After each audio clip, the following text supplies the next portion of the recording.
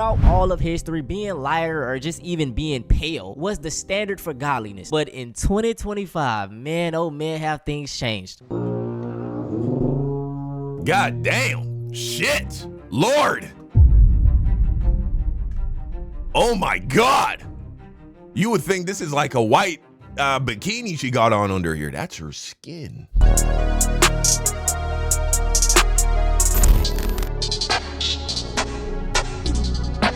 It's Ghetto Until, a video by Antonio Speaks. Man, shout out to Antonio Speaks. He truly is crushing it, making great content. Let's go ahead and dive in.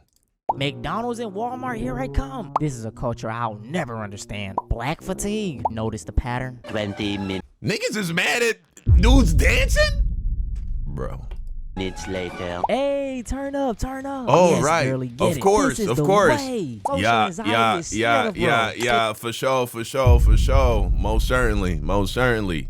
Bear with me, you guys. Everything is ghetto until a white person does it. In Facts. 2025, scrolling the internet as a black person will have you drained. I mean, we can see the most wholesome videos of our people just having fun, laughing, enjoying life. Meanwhile, you open up that comment section and man, Oh, yeah.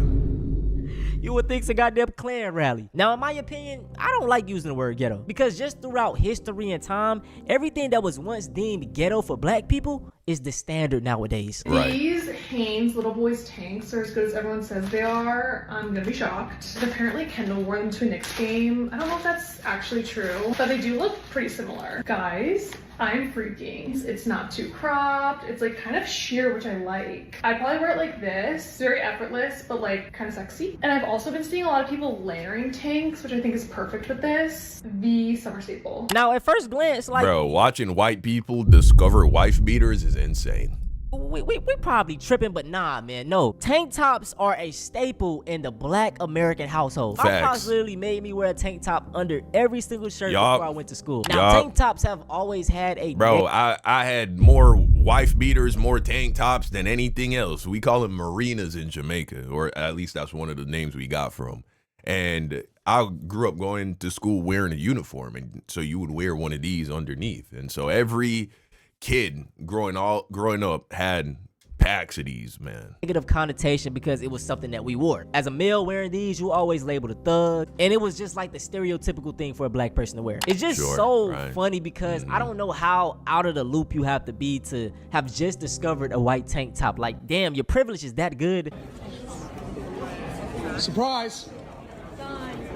I made it! I made it!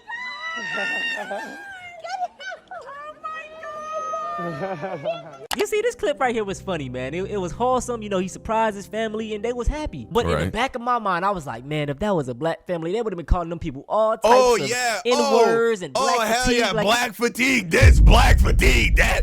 They so loud. They so loud in the airport. Bro, I'm telling you, they just racist, bro. They're just racist. They don't like black people, bro. That's it. And they look for any reason not to like them. I mean, all of us do this with people we don't like. Not necessarily with other races, per se. But just, you ever have somebody you just like, I don't like this nigga. Everything he does just pisses you off, bro. The way this nigga fucking sip water make you mad. I shouldn't need to say this. But obviously, I don't believe all white people in America are white supremacists or racist. But there are a lot of white people who have been, well, pretty much the entire American population has been poisoned by white supremacist thinking. Black, white, brown, everybody. That don't make everybody racist, though. But a lot of people do think racist shit about all kinds of people, but especially black people. I'm only concerned about black people. And that's the racism coming out. If you look at a black family reunited in the airport and going, hey, baby, da, da, da, da, da, da, and that bothers you, you're racist. If it doesn't bother you when you see a white family do it, you got some racism in your heart. You got some programming in your heart that has set you to not like black people. you get what I'm saying? All right. Nice. Of course.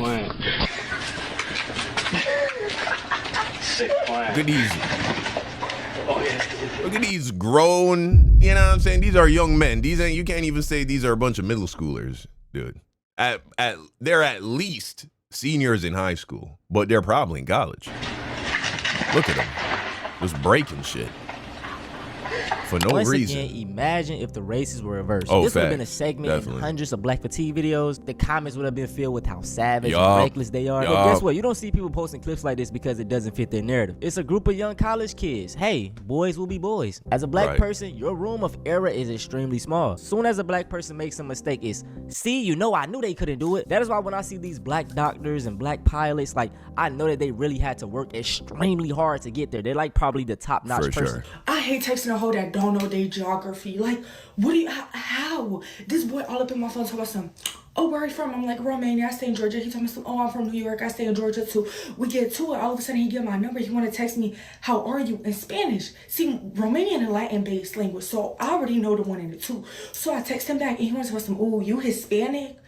Did I not just tell you I'm Romanian? He wants to tell some, oh, where that at? I tell him Europe. He wants to tell some, oh, so y'all speak a different language out there? What do it look like?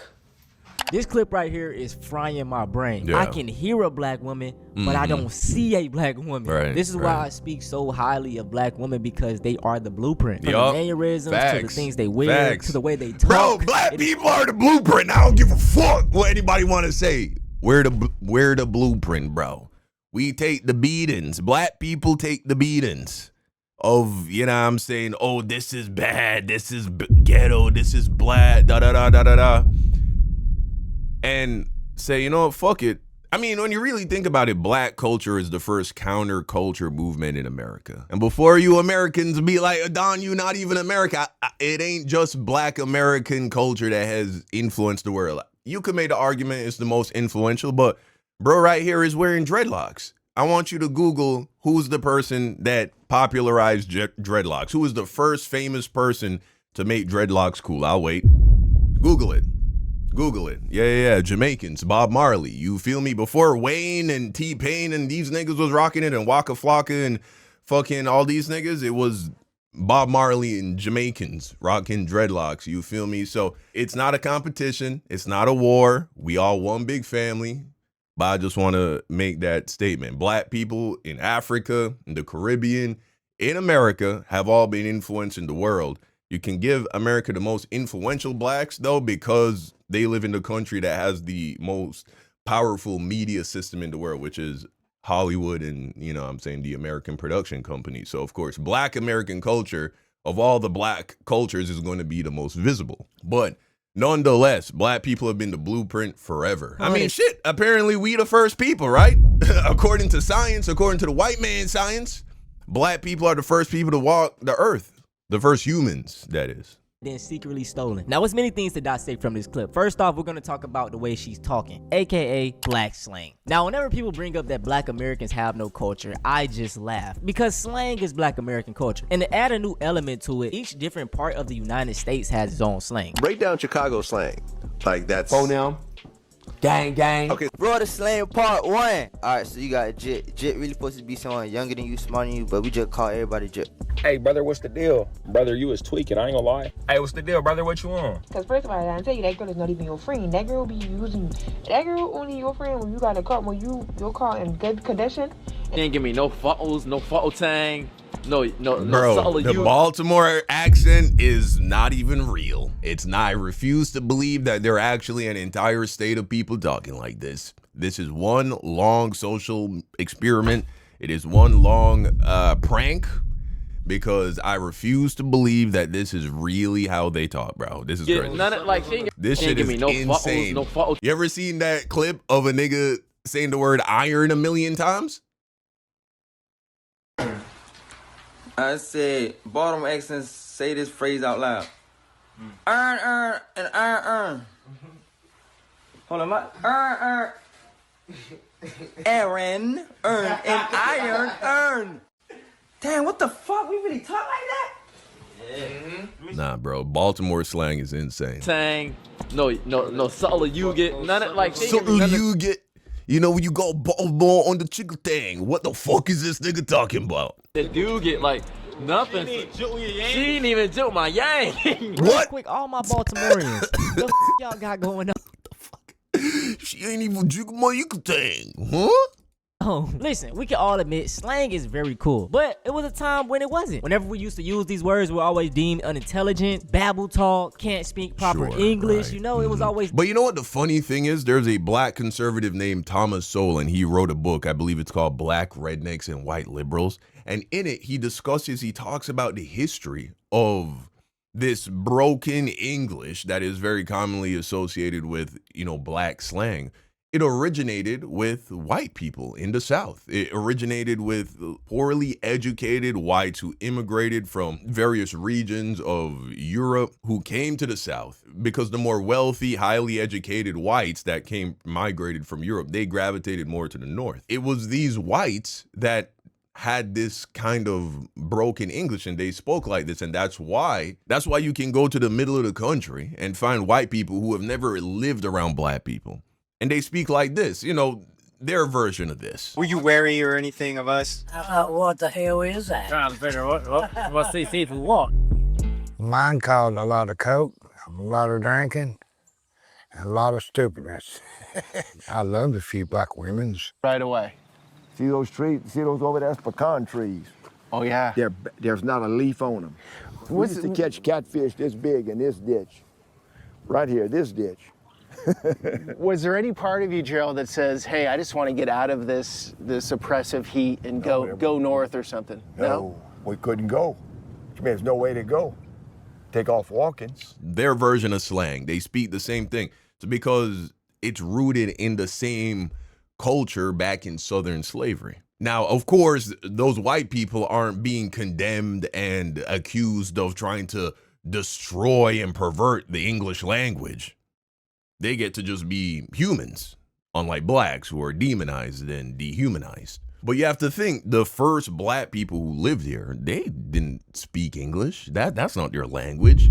They had to learn English from the white people. And so that's how the white people spoke, and so that's what the black people picked up. Intelligent, babble talk, can't speak proper English, it was always negative connotations. And I'm gonna speak for myself and pretty much a lot of other black Americans. We don't care that other cultures use black slang. The problem is we do not get credit. They try to come in and be like, oh yeah, we all made this together. The same way they're trying to rename black American slang into Gen Z slang. Wow. All right, Gen Z slang at it again. I have never heard of these terms in my entire life until today, and I have to share with you guys. Two-man. I'm going on a two-man tonight. You tell me what you think two-man is. Next is bop, which means for the streets. So they said, she's a bop, he's a bop, they're for the streets. I can only imagine talking to my dad and he's like, oh, what happened to so-and-so? And I'm like, oh, they're a bop. He's gonna be like, what? And last, this one really had me confused. Merch. The kids looked at me today and they're like, do you know what merch is? And I said, merchandise? No, merch. I'm gonna pretend like this is a spelling bee. On merch, I stole this. Merch substitutes for on God. So instead of saying on God, you say merch, on merch. Dog, this is crazy. Pretty much all of those words came from the drill culture in Chicago. Maybe not even that, just Chicago in general. Yes, the term finna is prevalent down south. But you know what else is prevalent down south? Black people. And that's no coincidence. One of the primary reasons that black culture has a problem getting acknowledged as a culture is because it keeps getting folded into Southern culture. Right. Just as our black cooking has been co-opted as Southern cuisine, Gullah and other components of black English have been co-opted as Southernisms. Yeah. In short, it's a black thing until white people want in, and then suddenly it's a Southern thing. One of the most glaring examples is the word y'all. Even though one of the earliest acknowledgments of the term y'all or you all is that white children had adopted it from enslaved black children. The pushback is that y'all is actually Scottish, y'all. Why? Because you all is a contraction that contracts the first word, not the second. And contractions typically contract the second word, not the first. Well, this is something that is frequent in black English. Say, for example, he asked one, but he ain't give him none tall. In that sentence, tall is a contraction. At all, which means that the first word was contracted into the second, not the second into the first. So the theory that y'all could not have been of black origin is only logical if you are applying English rules, which English was not our first language. Right. We were playing by different rules. Let's keep it a buck. The Southernizing of black culture allows white people to take ownership of things without properly acknowledging its creator. That brother broke it down perfectly. Now, I'm not going to... Yeah, and the argument that he put forward is a little different than what Thomas Sowell says. I mean, and Thomas Sowell does acknowledge, and I'm not a fan of Thomas Sowell. You know what I'm saying? He is definitely a super coon. But, you know, back when I was a religious person and a Christian, you know what I'm saying, I was definitely way more conservative in my thinking. And so I read conservative books. And in Thomas Sowell's book, Black Rednecks and White Liberals, he talks about the history of it. And he acknowledges that, yeah, even though the way how Southern blacks or black slaves in the Southern states, how they began to speak, that was a result of how the white people spoke. They didn't speak the Queen's English. They didn't speak proper English. It did, of course, transform and become unique to the black culture. So the way how blacks speak their broken English is different than when whites speak in broken English. I'm gonna spend too much time on this slang topic because I have a whole video on it. The video is mad short though. It's only 5 minutes. I'll probably do a part 2 soon, but yeah. Now the next segment we're gonna talk about is skin color. Throughout all of history, being lighter or just even being pale was the standard for godliness. But in 2025, man, oh man, have things changed. God damn. Shit. Lord. Oh my God. You would think this is like a white bikini she got on under here. That's her skin.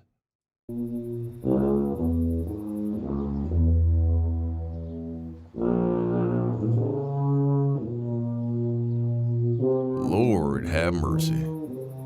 This chick wanna be black. That's crazy.